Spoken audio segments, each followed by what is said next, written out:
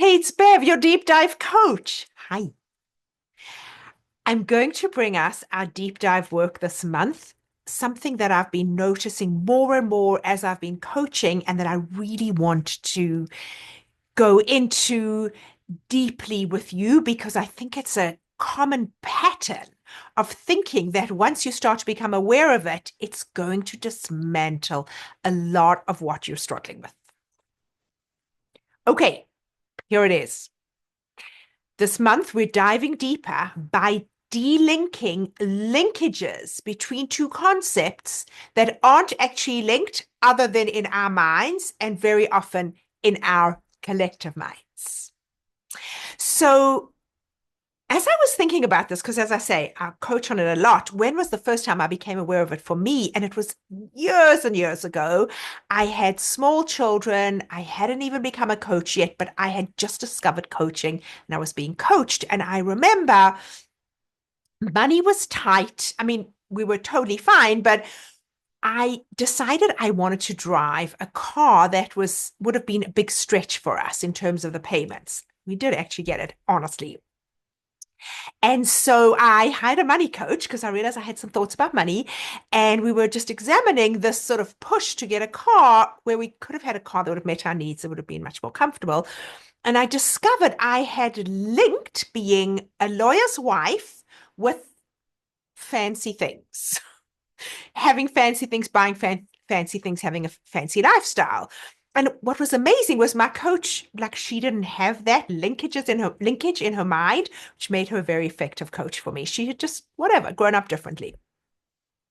So that's sort of an easy light one. I'm sure it's very easy for you to see. There is no real linkage between having a lawyer's wife or a wife of any specific profession and having, expensive things. Of course, it just depends how much money you have, not what you do. You can see where the linkage started and what it's about, but it doesn't matter. Understanding it is not really our point. Our point is to see it and see, oh, I linked these two things and they're not linked. That's it. We're just going for the awareness right now. So I'll give you some other that have come up in my coaching recently, and then I'm going to ask you to find your own. Another one is money and security, right? I have so many clients who actually have a lot of money and keep wanting more and more and more. The question is why? And it's because then I have security. If I have this much, I'm going to have security. Of course, it means I'll feel secure, but most of the time we don't realize, oh, I'm linking money with the feeling of security. We're like, yes, money equals security. Oh, very strongly linked. And sometimes if you don't have money, it's a very painful linkage because it means you don't allow yourself to feel secure without it. And sometimes if you do have money, it's a painful linkage because you're thinking you have to hold on to it or you have to keep making more so you can feel more secure. They're not actually linked. I'm sure you can see why, right? Many people who have money don't feel secure. Many who don't have money do feel secure. Many people who have money lose it all. Then they weren't ever secure anyway. Okay, this is a particularly painful one that is very close to my heart because, one of my missions is to eliminate the use of coaching against ourselves. And this is a link that many, many coaches have. I just actually coached on it earlier today in my Deep Dive Club coaching call. Being a coach means I should be able to manage my thoughts and emotions, my own. So they've linked coach with managing my emotions. In fact, you could be a brilliant coach, very aware, very able to see your client's thought errors, very able to help them get whatever they want done. And in your own life, not be so good at managing your emotions for whatever reason. Now, I do think the better we get, right, at managing our emotions and being aware of them, the better coach we can be. But that's because I'm a deep dive coach and that's what I teach. But I think there's many kinds of coaching, more action oriented, more solving the symptom that they're not related at all. Why does this matter? Because many coaches who have linked being a coach, being able to manage my emotions, when they can't do it, they don't go forward in their coaching careers. They're not linked. They're not inevitably linked. You could link them if you want to. Food and morality. I did a whole course on that recently, Fiercely Free. I taught a class in the club, blew people's minds, changed people's lives because we actually think that food and good or bad, meaning morality, they're just linked. What kind of foods, what you eat. It's like, it's a very, very solid chain. They're not linked. There's no chain other than what we all made up and what, all the teaching around nutrition keeps reinforcing for us. But actually, there isn't. There are people who eat what we call, super healthy, super good, who die very early, tragically.